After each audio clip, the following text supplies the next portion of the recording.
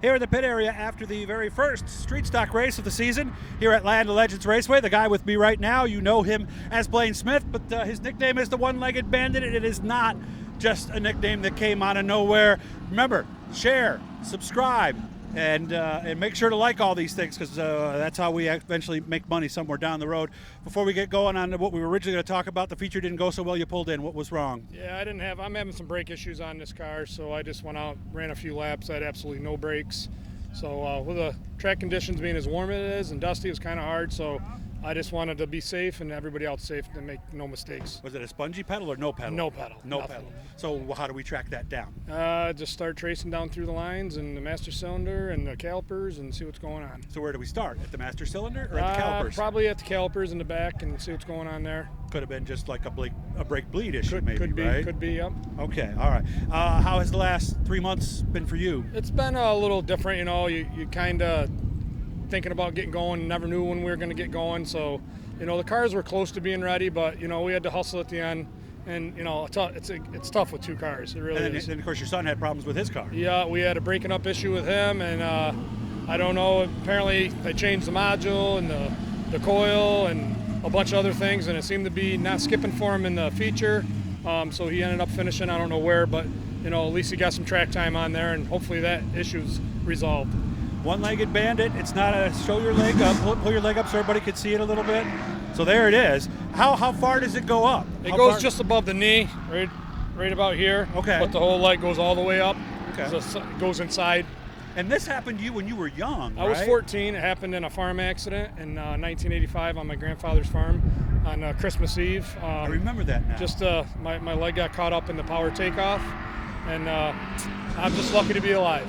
Yeah. So how did you not feel sorry for yourself, and how did you end up getting, not just to be able to work and have somewhat of a normal life, but be able to race a car too? I was always very active in, you know, sports, and so I wanted to get back at it, you know, get back to doing what I like doing, and of course my family, you know, great family around me to keep me positive. Were there any moments where you always have moments where you want to give up, but I don't know, I don't think I ever really had that. I wanted to keep going. I love life. I love the outdoors. I love hunting and racing and hanging with everybody. So, yeah, no, I never really gave up. So what brought you to racing then? My neighbor, Corey Colts, got us into this, and, yeah, I want to thank him a lot, or not thank him. Yeah, but, right, depending on the day. But, yeah, he got us going. My brother Kevin, my brother Scott, me, Corey. There was a bunch of us, and it just kept going and going and going. And, you know, you meet so many nice people at the races. You know, you get a lot of new friends, and, you know, and it's a good time. And I would imagine, like, when I see you walking around with your suit, I mean, you got a little bit of a limp, but it's not like it's noticeable. Are people surprised when they find out for the first time? Yeah, you know, a lot of people, you know, as I'm getting older and this leg is very old and I need a new one, and that's why I'm limping so bad, because it's so worn out. Yeah. You know, I need to get an update. But, you know, most of them know, but a lot of them don't, and they just say, hey, you know, they don't think of me as having an artificial leg. I like that. And you don't either, do you? I don't. Okay. Are there some days that are tougher than others? Well, yeah.